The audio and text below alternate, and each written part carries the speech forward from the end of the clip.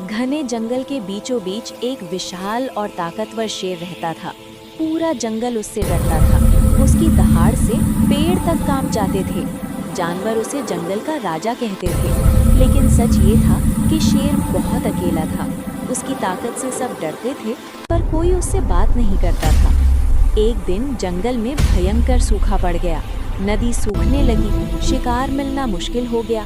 शेर कई दिनों से भूखा था।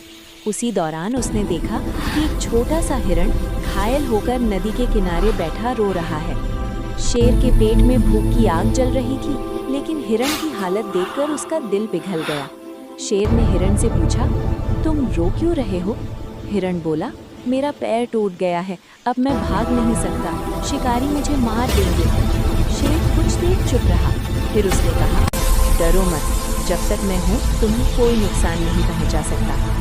शेर ने हिरण को जंगल के सुरक्षित हिस्से में पहुँचाया। ये देखकर बाकी जानवर हैरान रह गए। पहली बार उन्होंने शेर को दया करते देखा। कुछ दिनों बाद जंगल में इंसानी शिकारी आ गए। उन्होंने जाल बिछा दिया। वही शेर उस जाल में फंस गया। वो जितना जोर लगाता, जाल उतना कसता जाता। तभी वही हिरण जिसे शेर ने बचाया था, मदद के लिए दौड़ा। उसने बाकी जानवरों को बुलाया। हाथी ने सूंड से जाल खींचा, बंदर रस्सियां काटने लगे और मिलकर उन्होंने शेर को आज़ाद कर दिया। शेर की आंखों में आंसू थे। उसने कहा, आज मुझे समझ आया कि असली ताकत दूसरों को डराने में नहीं, बल्कि उनकी मदद करने में है।